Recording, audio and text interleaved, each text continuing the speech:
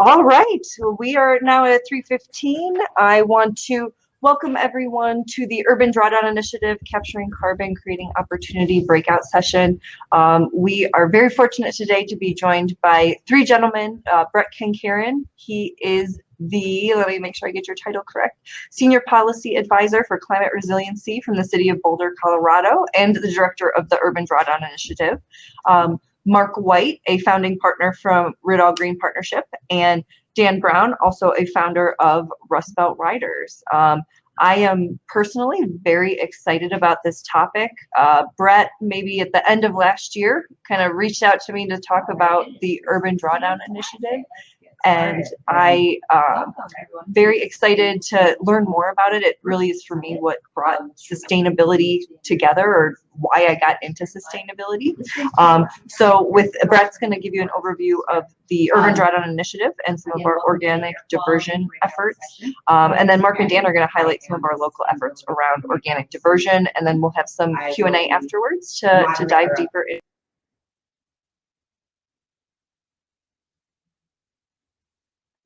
Below on your right. Was I just muted? Yes. Was I muted for all of that? No, that's all. Oh, okay. So this is just a topic that I'm very excited about. This is really ties in why I got into sustainability in the first place. So Brett's going to give an overview of the Urban Drawdown Initiative, and with that, I'll turn it over to you. Okay, very good. Let's see if I can make this now work. All right, let me, can you see my screen now? Kristen? Sorry, I put thumbs up and realized you couldn't see me, so yeah. Okay, very good. Well, I'm super excited to be with you all today. I have to confess to you that I knew of Cleveland, of course, geographically up till last summer. But that's when I met Marc at this really exciting gathering that we had at the Rockefeller Estate in New York, bringing together some of the leading thinkers and actors in the world of carbon drawdown. And Marc and the Riddall folks had been mentioned to us, and they said, you got to really get to know these folks in Cleveland. They're doing some amazing things. And I have to tell you, it was just the beginning of a whole new relationship with your amazing city and the many, many different organizations that are doing absolutely phenomenal work. Today, I'm going to give you a kind of quick overview of the context of climate change and of climate action, which is really changing dramatically. And part of its change is the emergence of this whole new sector of work around carbon drawdown. And I think that that work has typically been thought of in terms of large forests, large agriculture, large grazing. But our argument is that there's a huge and very important part of this work to be done in urban landscapes. And you're pioneering some of that work. So I'm just going to sort of set up for why the work you're doing and some of these folks like Dan and Marc's work is so important. So obviously, we know that climate change is taking place this year. I think more than any other is bringing that awareness to so many more people in a very vivid and unfortunately very difficult way. I want to highlight one particular aspect of this because it's part of the reason why the work that Riddall and Rust Belt is doing is so important. And that is that we are going to face some really extreme urban heat issues. This is from a report that came out last summer called The Killer Heat in the United States by the Union of Concerned Scientists. And just look at this highlighted statement that by mid-century, about a third of our 500 or so urban communities with populations over 50,000 will experience 30 days or more of temperatures over 105 degrees in the heat index. Now, currently, as a comparison, there's only 3 cities in the United States that typically experience that. Our cities are not built or prepared for this. And so the work we're doing to enhance the capacity of our landscapes to support us is extremely important. Now, this parallels some very big changes that have been happening in the context of what we need to do as climate action. So this was the report that many of you probably have heard of by the Intergovernmental Panel on Climate Change, the IPCC, which came out in 2018. That was a report card on how we were doing in meeting this global agreement around climate change that happened in 2015. And I would argue that report said basically 4 things. One is climate change is happening and it's still happening faster than we thought. And second, and this was the really big one, that body of scientists had been telling us for several decades that what we had to do was reduce emissions. And in this report, they came out and said, that's not going to be enough. You still have to do all of that even faster But what you now have to do is take a whole bunch of this carbon back out. And we can do that, but we have to build a whole new sector of the economy that is focusing on carbon drawdown. And that even as we do that, we're going to have to prepare our communities for significant change. Now, this is just to sort of underscore that this carbon removal now is an essential part of that piece. One of the things they also said, though, in a report that came out last summer called Climate Change in Land, is that while there's all kinds of interesting ideas that I'll just talk about in a second around ways to do that, it's only through living systems that we know how to do it right now and do that at scale. So let me just talk very quickly about two different pathways that there are for this carbon drawdown or sequestration. The first is technology. This is the one we typically hear about the most. I mean, this is literally a rendering of a picture of a huge fan bank that's now under construction, in which they're just going to try to suck carbon out of the atmosphere. Now, in this case, they're talking about putting it into some kind of liquid fuel, which is great, but it actually isn't carbon negative. That's just taking the carbon out, using it again, and putting it back. What we need is something that actually takes it out. There's a whole bunch of other wild and sometimes weird and maybe dangerous approaches, like spraying aerosols in space, shooting mirrors into space, spraying salt water into space. You can imagine when there's a lot of money involved, you get a lot of interesting ideas. Our argument is that we do this with the things that have been taking carbon out of the atmosphere for literally hundreds of millions of years, namely the living world.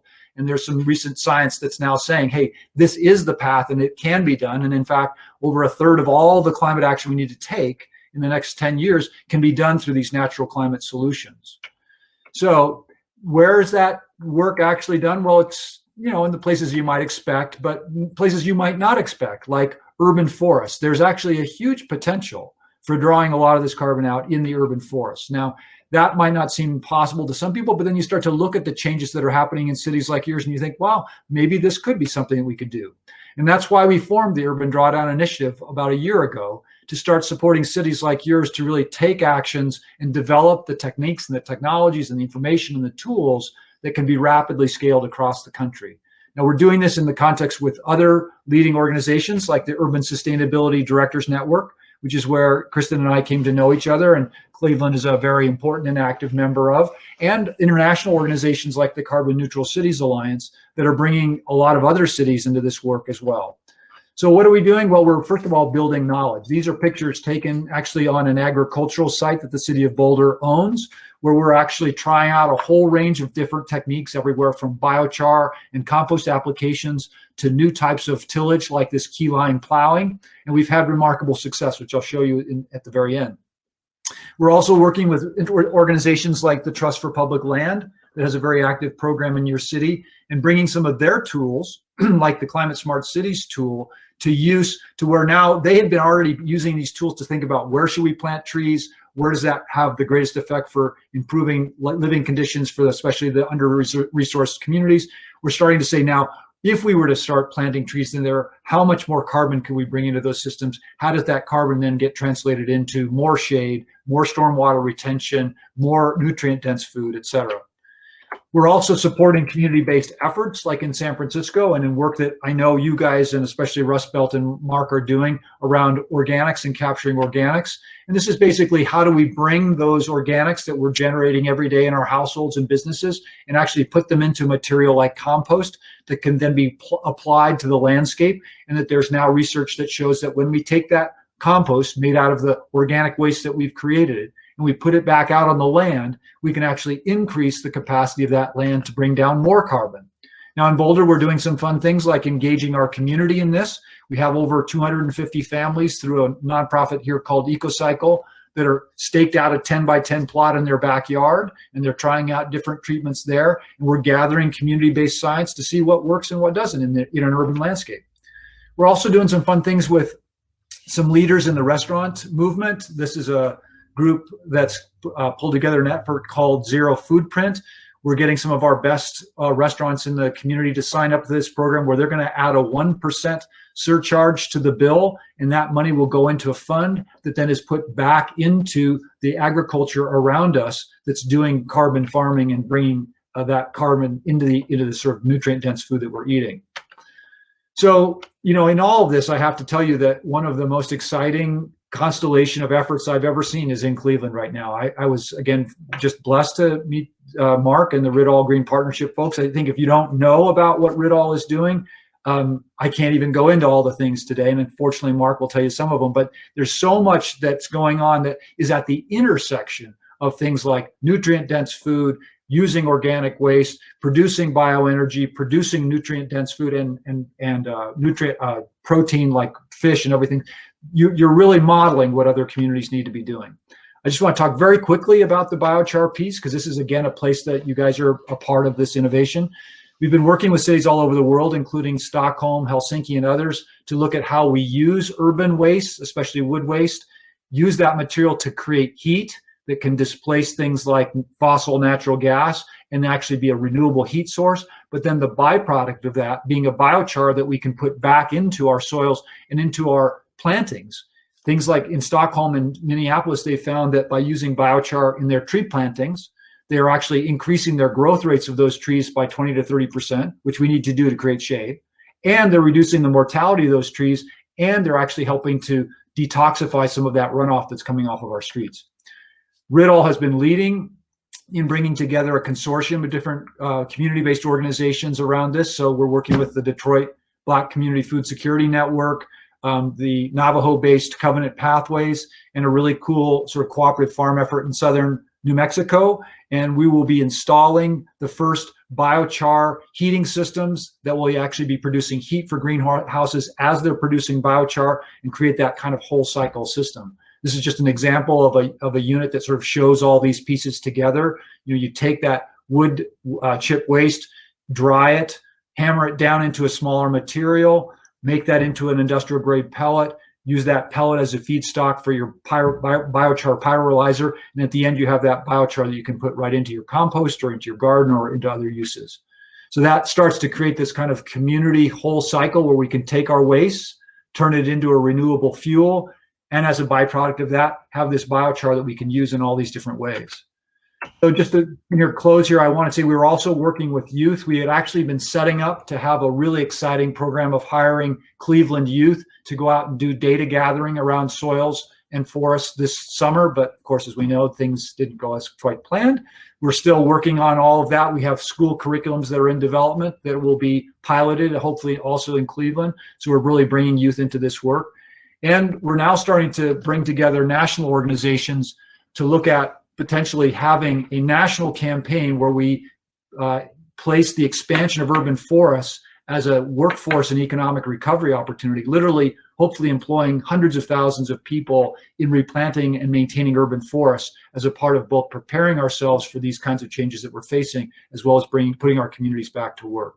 So I just want to close by saying, I honestly believe that in working, and I work all over the world with different considered leading cities, that of all the places that I've seen, your city has one of the most interesting and exciting integrations of organizations, of efforts, of insights, of experience. The legacy as a city, as the forest city, is a part of that thing that you have to build on. And I just couldn't be more excited to have a chance to both know about your work and support it in any way I can.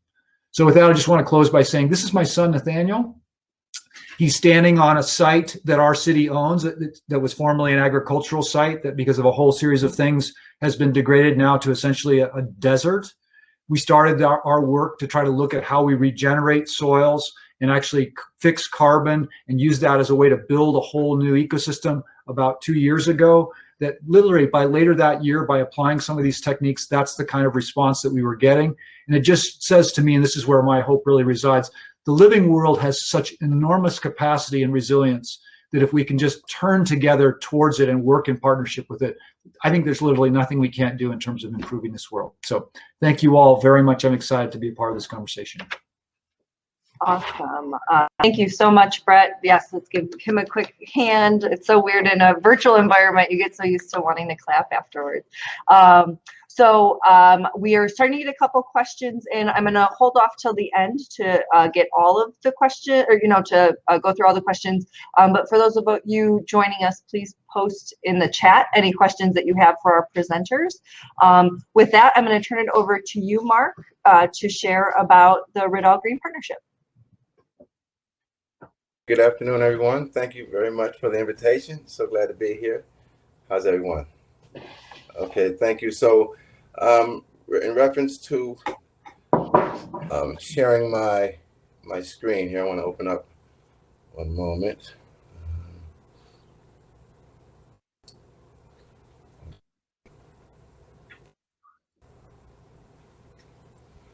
All right, welcome everybody. So, Green Partnership, we've been in operation since 2010 and have grown from a 1.3 acre facility to a 15 plus acre campus with many new initiatives and partnerships being added here. We're blessed and pleased to be able to participate here in this Urban Drawdown Initiative, capturing carbon and creating opportunity. This is sort of our spin on it, our perspective, very unique. Our segue into this had to do with our recognition that regenerative agriculture was the best and most, how would you say, needed application for our urban environment. Like when we first came to our site, it had been inundated with levels of toxicity from lead, mercury, arsenic, heavy metals, etc. And we knew that we needed a regenerative or remediation to take place.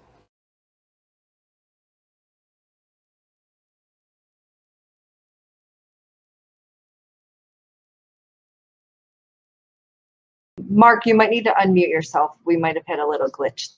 I apologize.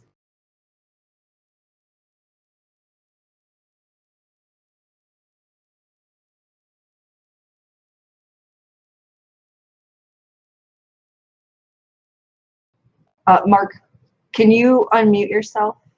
We can see your slides, it just can't hear.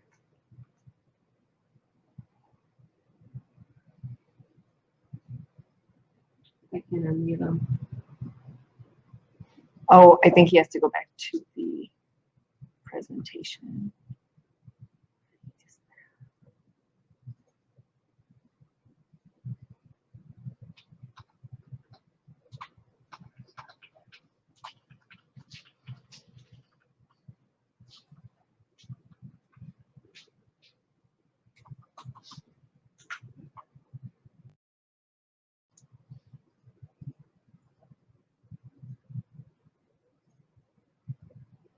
Do we have his number?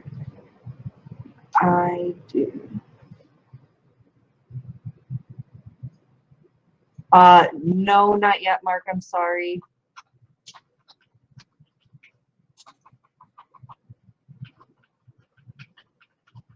I think you may just need to come back to the browser and unmute from in there.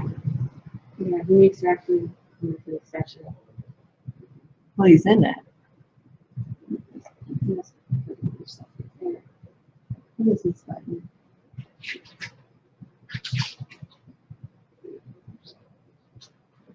There we go. Yeah, there you go. Should we click it? Yeah. Why are we not hearing him? Everyone can hear me, right? I can hear you. Okay. Why are we not hearing you, Mark? I'm sorry.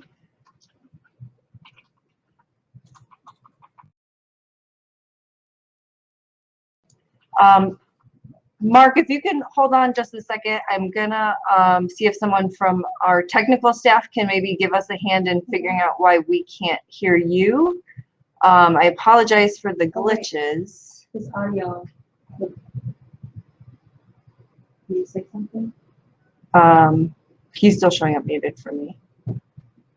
I'm going to maybe pass it over to Dan for just a second while we figure out how to get Mark's sound back. And I apologize that we're running into this. Dan, are you able to unmute yourself? This guy. Yeah, can you hear me? Yes. Okay. Great. Mark, we'll maybe shoot you a quick text with how to try.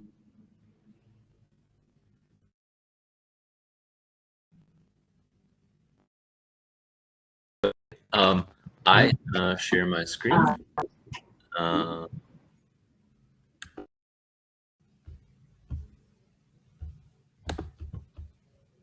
Can you see it? There it is.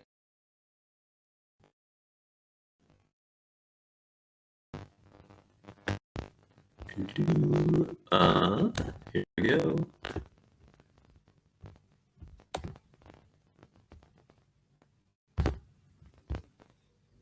Can folks see it?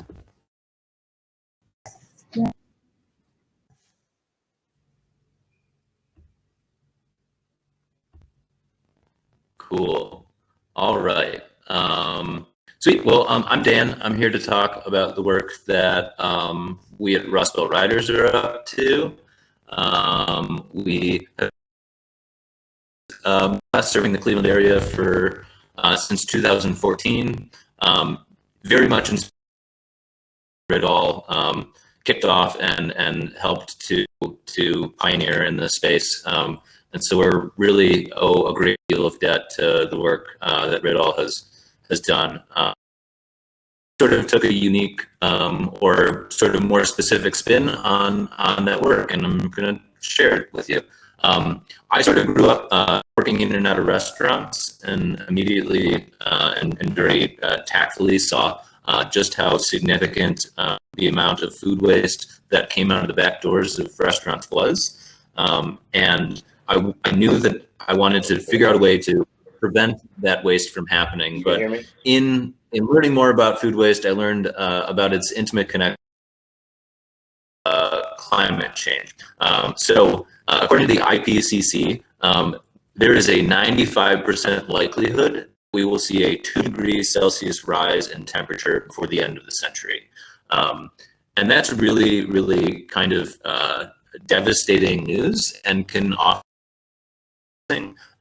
because like many of you, I think we unfortunately the idea that in climate change you must install solar panels on your home and somehow erect a wind turbine.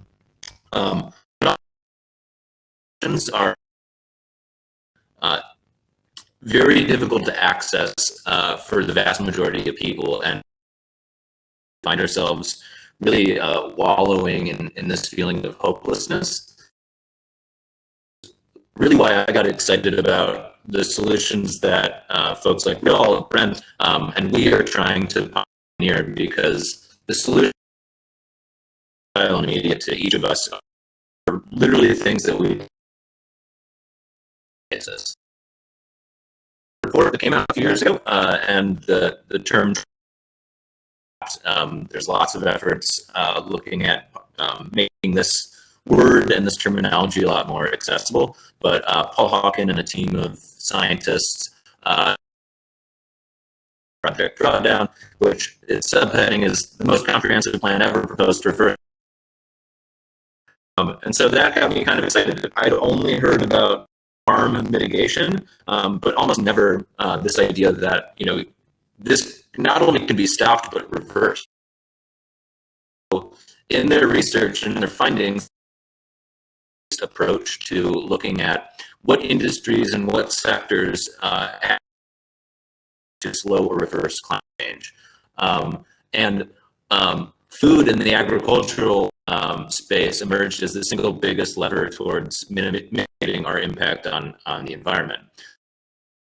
This is a surprise to me as well, because I grew up having watched Al Gore's An Inconvenient Truth, and was, again, convinced that technology would be the savior of us all, and we'd be living in a future that looked like the Jetsons. But in reality, if we simply look towards addressing our food system and it's to really make meaningful strides towards getting there. And so when you break down the food and agricultural space,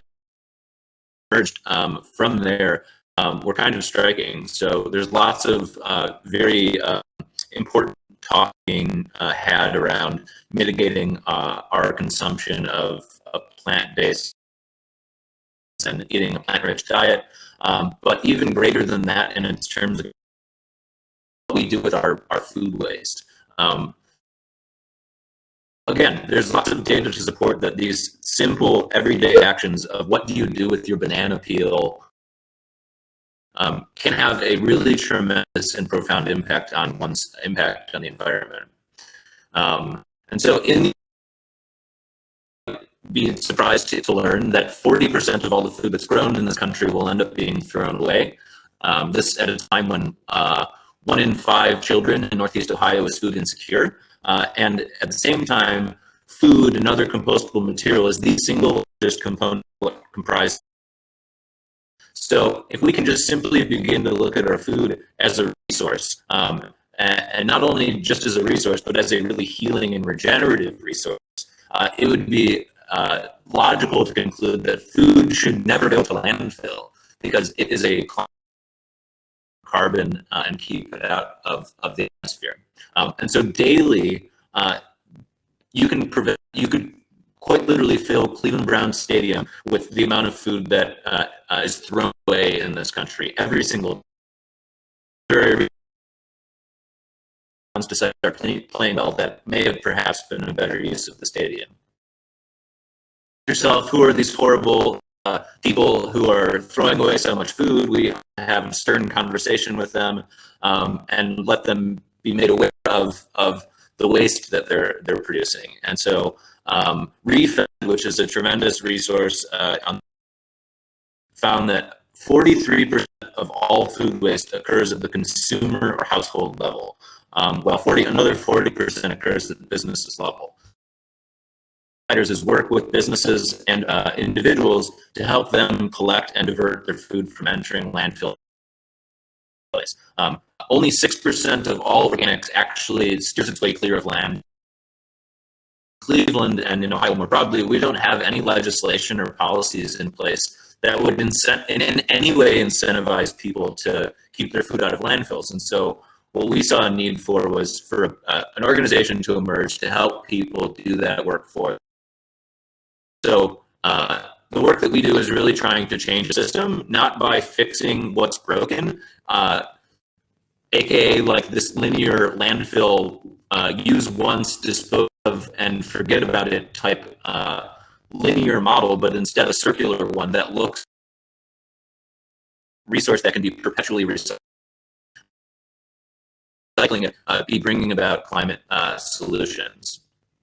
So of things, we provide recycling services for food waste to businesses. We work with over 150 businesses across Northeast Ohio. We help people who are putting on events. I'm quite sad. This is the first year that we've been in operation that we haven't been able to compost at the Sustainability Summit. We help events all over Cleveland have a zero impact in terms of what they're throwing away. And then we also do staff training because we believe that in terms of the jobs of the future, those that are leading and understand how to properly divert organics, leaders in the hospitality industry. We've got a drop-off program for residents. So we now have 8 different community-based drop-off locations that residents can participate in. Last check, we have almost 900 participants across East Ohio that make use of this program. Our response to COVID was recognizing that people, now we have a 2-year goal that folks can opt into as well, with a 5-gallon bucket that you can fill up with your food scraps, kind of like the milkman, each and every week, so that you and so a lot of what Brent was talking about was the magic and beauty of, and so soil is this amazing machine that literally sucks carbon out of the atmosphere, costs very little, and builds itself. And so that's investing in, which is, and we've learned a lot from Riddle and others how to make really excellent compost. But we've instead begun focusing on creating soils because we realized that people who want to start might need a little bit more. So we started an organization called Tilth Soil, which is sort of the product arm of Rust Belt Riders. A lot of energy towards making the best potting soil that we possibly can. A recent study from the University of Kentucky actually found our potting soil was among the best performing in the country, which is pretty high praise given that we've only been making it for 3 or 4 years now. Also, last year we were named the best small-scale composter in the country by the United States Composting Council. So we're very proud of these accolades. But as Brett mentioned, our because of the community we find ourselves. And so a thing that we're really looking forward to is the way that we better connect food waste to food systems and food systems that exist to eliminate even the idea of waste. And when we can do that, we have a massive opportunity to suck carbon out of the atmosphere, keep it in the ground, and make access to healthy, nutritious food far more accessible for a vast majority. So that's what everybody and get. Thanks so much, and I'm excited to hear what Marc's got to say. Awesome. Thank you so much, Dan. I'm excited that we got Marc back. I apologize for any of those glitches that we had. There were some comments that we had a little bit of some audio challenges for you, Dan. We are going to be recording the presentations. I don't know if that's necessarily going to solve that issue, but overall we were able to hear you. It was just a little fast at times. We too are disappointed that you are not joining us as our zero waste partner for the summit, but this is going to be a very, very low waste summit, probably our closest to zero waste that we've gotten to, just in thinking of where we're at right now. So with that, I'm going to bring Marc back, and again, I appreciate your flexibility and patience with us working through this. Yes, definitely. Okay, good. I'm going to share my screen.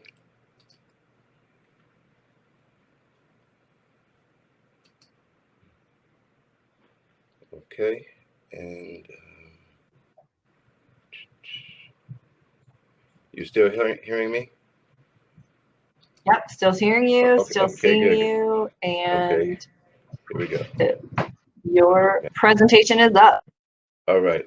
Thank you very much. Again, as I said before, the Red All Green Partnership has been in operation since 2010 and has grown from a 1.3 acre farm to a 15 plus acre campus with many new initiatives and partnerships being added each year.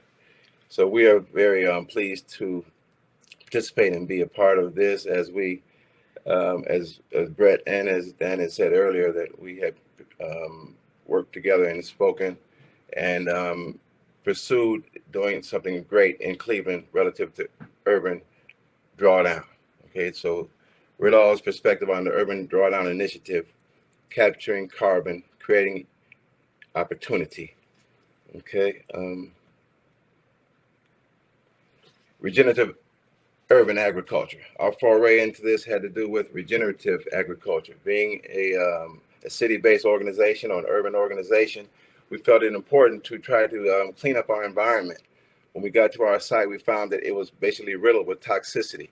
Levels of lead, mercury, arsenic, heavy metals were all around us on our site, so much so that we had to excavate out and take pockets of toxic soil out, and we brought in some topsoil from Ashtabula County, as well as we decided to take and layer 4 or 5 feet of wood chip all throughout our campus when we first started. And so that was like a carbon layer, which helped to kind of sequester carbon and repair the damaged soils underneath. It was a very, very intelligent move by my partner, Damien. Okay, approximately 1/3 of all food produced for human consumption is lost or wasted. In cities, food often makes up the majority of waste that ends up in landfills, where it eventually decomposes and releases a potent greenhouse gas named methane. Okay, methane emissions from organic waste, such as food and plant waste, are largely preventable. The actions to reduce these emissions: preventing waste at the source, diverting waste from landfills, and establishing collection, treatment, and energy recovery. This creates additional social and economic opportunities. So for us, we saw this as a great way to engage and to do something positive in our community. Hence the Red Green Partnership Urban Farm was born. So again, as I said, that this is the facility where we do our little contribution to the environment. Again, this is our little piece of paradise off of Kinsman. Okay. The Red Green Partnership is an urban farm and environmental science education facility located in the lower Kinsman neighborhood of Cleveland in an area known as the Urban Agricultural Innovation Zone. This zone, once known as the Forgotten Triangle, is a 26-acre area comprised of mostly vacant city land bank and tax delinquent properties between East 79th Street and East 84th Streets off of Kinsman Avenue. So the Red Green Partnership has assembled this 15 acres in this area, and we've since then constructed houses, 6 hoop houses, a fruit tree orchard, an EPA Class 2 level licensed compost facility, and a commercial fish farm, right, which grows tilapia fish and freshwater prawn. Okay, we also have land on our site dedicated to a tree nursery where we seek to grow the American chestnut as a dying species and breed. We're seeking to help recultivate that. Okay, Red Green Partnership is a blessed opportunity, you know, for not just for ourselves, but for our whole community. It's really a demonstration of what's possible. Okay, I would say that more than anything. The 3 co-founders of Red Damien Forche, Kemar Durden, and Randall McShepard. Okay, my partners and friends. Okay, so regenerating an abandoned toxic site previously known as the Forgotten Triangle. So it's quite a thing, because now when people come to our site, they say it's the most memorable experience they've had in Cleveland in a long time. So to go from a forgotten triangle to a memorable experience is quite an accomplishment. I'm grateful to see that. So as you can see up here in the upper left-hand corner, this is an unearthing of maybe 2,000 tires, right? 2,000 tires that were basically unearthed to build our site. Okay, as we can see that also in the beginning, as you see the building going up, that's our greenhouse on our very end where our learning center is now. Okay, with proper diversion efforts in place, like reducing the amount of food wasted within cities, local governments can address and mitigate landfill, fight food injustice and insecurity, and mitigate climate change. Okay, very, very important that we see these things, because with the establishing of our farm project, again, the establishment of cultural operation, the hoop houses, aquaponics systems, compost facility, educational training, and wellness classes are all entailed within our wheelhouse. As you see here in the upper left-hand corner is a picture of the inside of our tilapia house, where we grow over 5,000 tilapia fish yearly. We've grown out from this humble or meager effort. We've grown out to a large commercial facility across the street from here, where we're growing up to 50,000 fish a year. Okay, so we scaled up. So we went from a nonprofit educational and environmental science facility to many for-profit commercial entities. Okay, as you can see here, food desert becomes oasis, and that was taken from a Channel 5 interview they did with us a few years ago. Got compost. Compost is our primary product. This is what we push and what we create. This is what we employ millions of worms, red wigglers, earthworms, you name it. They come in and help to work that magic in our soil. So we have some of the best worm castings, and we've also produced various soil products and byproducts, from compost teas to soil mixes, etc. Okay, diversion efforts. So of course we divert food waste from landfills, composting 30,000 pounds a week on average from local area food banks and restaurants and schools. However, we also divert kids from off of the streets, providing jobs and volunteer opportunities, diverting communities from to wellness, providing food and regenerative education. We mitigate toxic soils, remediation. As I said before about all of the wood chips all around our site is actually a process of cleansing the soil. Okay, on our campus, we are sequestering carbon, drawing down carbon through natural solutions. As Brett talked about and alluded to earlier, try to do every day. See, because the long-term strategy of Ritol is to use urban agriculture to educate the next generation of Clevelanders to not only learn how to grow and eat fresh foods, but to operate and grow their own food industry, ranging from selling fresh produce and fish to being food distributors, to full-fledged processing and packaging of fresh food and creating a range of soil products as well.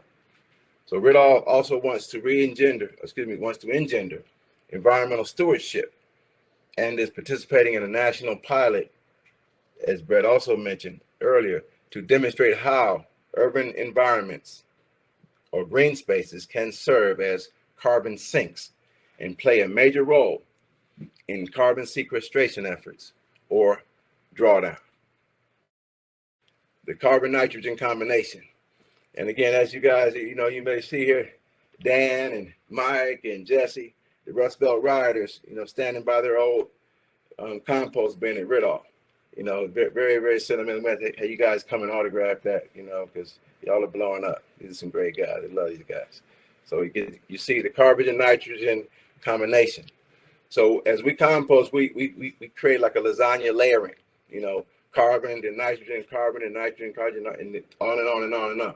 And then it goes up to the top, and then basically the pile shrinks down, and we begin to turn the piles again, because it's necessary that oxygen is a part of the recipe and water. So all four of these, carbon, nitrogen, oxygen, and water, work together to make the perfect compost. Black gold soil production. There we go. Mounds and mounds of soil, a result of 6 to 8 months of preparation. This is what it takes every season to make our soil. Again, one of our products, Soil Brothers, part of our Ritol Pharmacy line, potting soil mix that contains our worm castings, also biochar, and cocoa char, sand, and a few other ingredients. Makes up a very, very unique potting blend.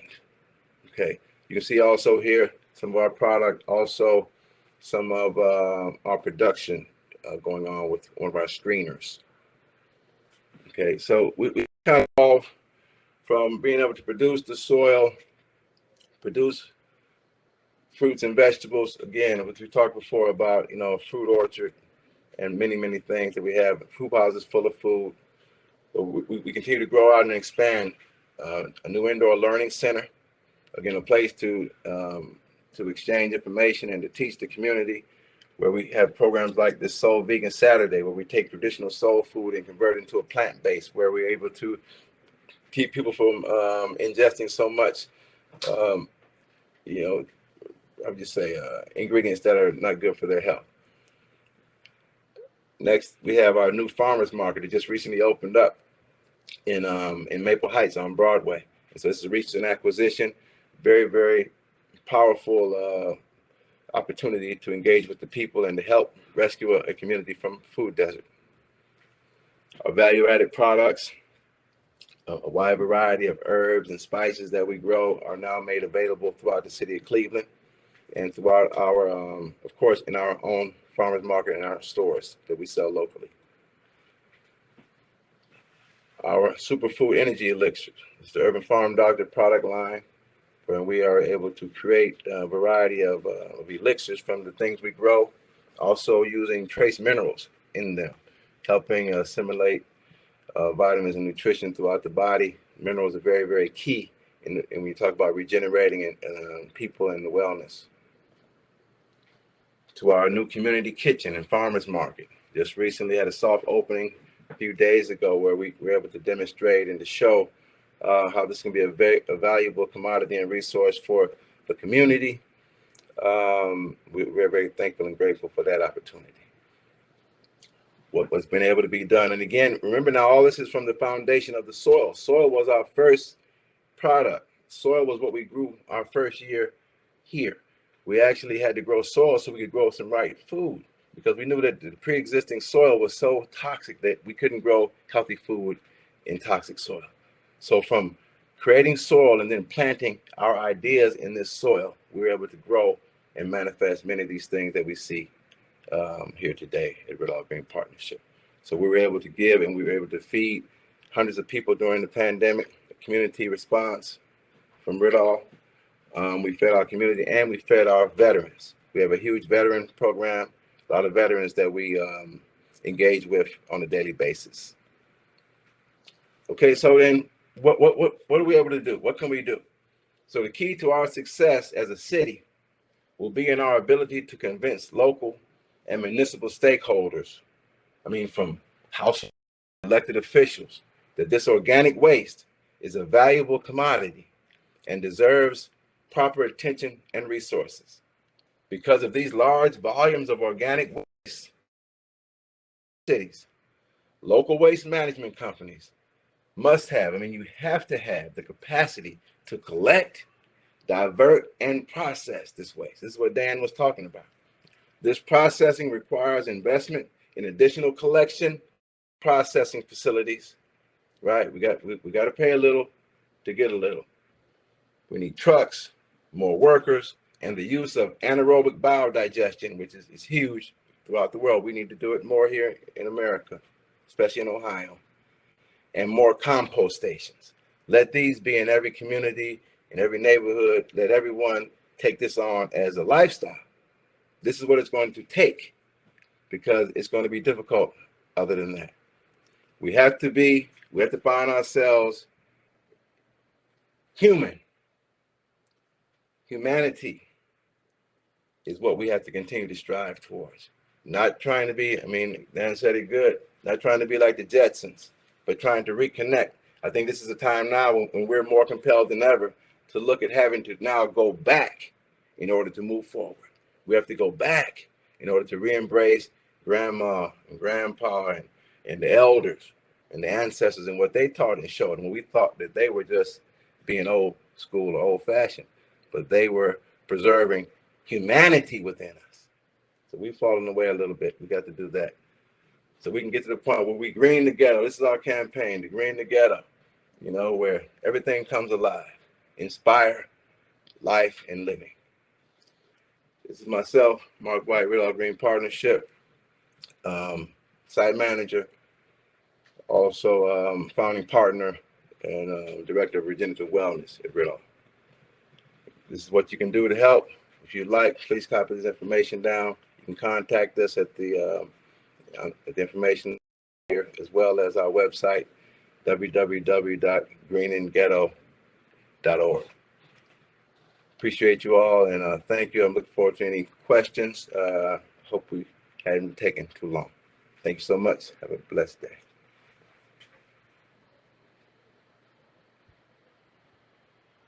Thank you so much, Marc. That was wonderful.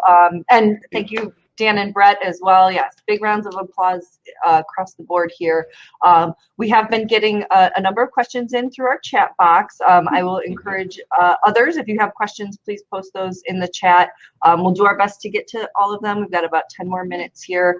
Okay. And if not, we can follow up afterwards. The first question I have is for Brett, and it is about trees. Why did I lost it? Brett, have you balanced male and female tree planting in urban areas to reduce pollen amounts? If so, has there been any issues or processes around fruit tree waste, fruit droppings within the urban landscape? Yeah, obviously, from somebody who's a real tree person, so I appreciate the level of knowledge and specificity of your question. I am not an urban forester, so I'm not the person to answer that question. I would say that on the issue of sort of food bearing for us, this is a kind of site by site or community by community discussion. In my community, which is at the base of a mountain range, we literally have problems with bears coming down into town and foraging our fruit trees during that season. And so there's actually some prohibitions to planting fruit trees in certain parts of our foothills of our communities, because it increases these kinds of conflicts. So every community is a little bit different there. On your specific question about the tree plantings, I want to just make that a little bit bigger to say there's a lot of discussion we need to have about what conditions we're going to be living into and what trees are most suitable for that. You know, I'm a big native plants advocate, but sometimes they aren't actually the right choice given what we're headed towards or the kind of conditions that we're managing for. So I would mostly just want to encourage somebody with your level of experience and knowledge to get quite actively involved in these discussions in your community. You're muted, I think, Kristen. And I am pretty sure I just removed Mark. Mark, if you are still here, can you please share your audio and video again? And I apologize that we have had so many issues with yours. As we, let's see, move on here, I do want to give a quick shout out to Marina Marquez and Andrea Sharp, who are clearly doing some of their own waste reduction at home, and are, it looks like through composting and organic diversion efforts, only putting out, you know, a family's worth of trash once a month, which is awesome. I am going to go, we have a question. As the City of Cleveland reimagines its curbside recycling and waste programs, is there any space to consider a curbside community-wide composting program? I'm going to field the first part of this, but then I may turn it over to Dan and Mark to help fill in some of those gaps. So, you know, speaking from the Office of Sustainability, yes, for sure. We definitely want to make sure that that's a part of it. And we've really been pushing the organic side and more of a circular economy. And again, you know, I've seen in the comments viewing those waste streams as resources. These are things that, you know, we can't find somewhere to put away. And, you know, as these three gentlemen laid out, there's so much value in those materials that we need to find ways to capture, repurpose, reuse, and as I've been learning through working with them, lots of economic development opportunities that can stem from some of that. I think one of the questions that I would have for Mark and Dan, who are really working in this sphere a lot, is in thinking of scaling up citywide, what are some of the things that would really, I think, help facilitate that and make it a smoother transition? Because, you know, we're obviously, you know, we're already experiencing challenges with just our waste collection and recycling. Throwing organics onto that makes it even more complicated. So just thoughts on, you know, how we better prep ourselves for future scale up. I defer to Dan because they've been researching this for quite a few years. Go ahead, buddy. Yeah, thank you. Yeah, I think that the thing I'd like to remind people of is that the things that are compostable today were compostable 1,000 years ago and will be compostable 1,000 years into the future. And so in that way, I actually think that implementing composting solutions are a lot easier than implementing and trying to fix a recycling sort of constellation of challenges, we'll call it that. And so in that way, I think that there's lots of interventions, right? We have our own opt-in model. We also encourage people connect with their nearby community garden to activate a compost bin that may have been long forgotten. But from like a bigger 10,000 foot policy level perspective, the policy that we think makes the most sense for investing in the kind of infrastructure that Mark alluded to, and that I think we need as well, is a model called pay as you throw. So essentially, the more waste you create, you should be paying a commensurate greater amount on your bills. But instead, folks like Andrea, who put out their garbage once per month, are paying the same rate as those who are putting out 5 garbage cans weekly. And so what we should be doing is penalizing through tax dollars and a sliding rate waste, like true waste, so as to have resources available to support the work that is being done to develop composting infrastructure and compost collection services. Brett mentioned an organization, I think, where you have public-private partnerships, there's lots of opportunities for success. Recology in San Francisco might be the nation's best example of this. And so you get to have the opportunity to create really well-paying jobs that are inherently place-based and literally can't be offshored or automated, all while creating conditions that create conditions for carbon drawdown and improved health access.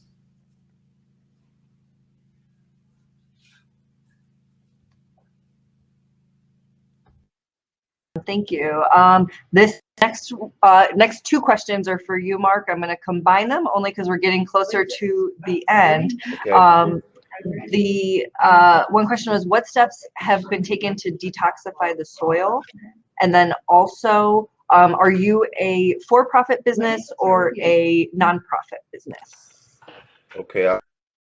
First, we are a nonprofit, okay, who actually owns a few for-profit commercial businesses. Okay, we are a nonprofit organization, 501c3. Okay, the steps we took to detoxify our land, again, was soil remediation. Again, we excavated out, several cubic yards of toxic soil, and we brought in topsoil from Ashtabula County, but then we laid down a vapor barrier, right? We tarped off, right, our land, and then we added 4 to 5 feet of wood chip, right, as a surface layer, right? And so that none of what we grew or none of our project would be in contact with the pre-existing soil. And so we're allowing the toxins to remediate and to sequester while they're not in contact with our project or our farm. So that's the process we went through. Great. I'm going to squeeze one more quick question in here. Dan, if you do the pay-as-you-throw idea, do you get more illegal dumping? That is the big challenge here in Cleveland. And looking at those, what did you say, Marc? 2,000 tires. Yes. Right? we have an illegal dumping challenge here in Cleveland for sure. Any final thoughts on that? Yeah, we certainly do have an illegal dumping challenge, and I think that this speaks a lot to like the legacy of environmental racism that with the waste industry more broadly has, and I think that it's easy to scapegoat individuals, but where I think the pressure is more aptly applied is to the manufacturers of these materials to have life cycle assessments done to them such that the onus is not shifted off the manufacturers of those products and onto people in areas where they might not be able to afford proper disposal, right? Illegal dumping is no doubt a challenge, but I think that it's placing the blame on the wrong individuals or wrong communities. And then the other thing, I threw a link in there about mycoremediation. It's a fun word, but it's also part of what Marc and the folks at Rittal were doing was using fungi and mycelium to actually remediate heavy metals in soils.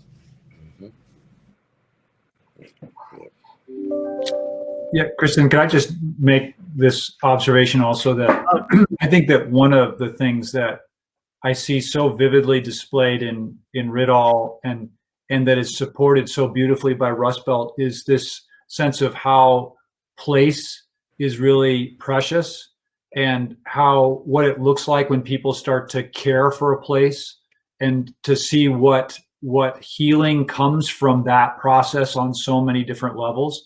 And it isn't like we can do it once and then it's done and then people see it and then it's like, oh, now I get it. It's like you have to constantly sort of defend it and maintain it. But I just think that part of what we have to do in this process, which I think is so beautifully being done, is demonstrate what it looks like when people care about their place, and that and demand and persistently make possible that people can support themselves in their livelihoods from that place.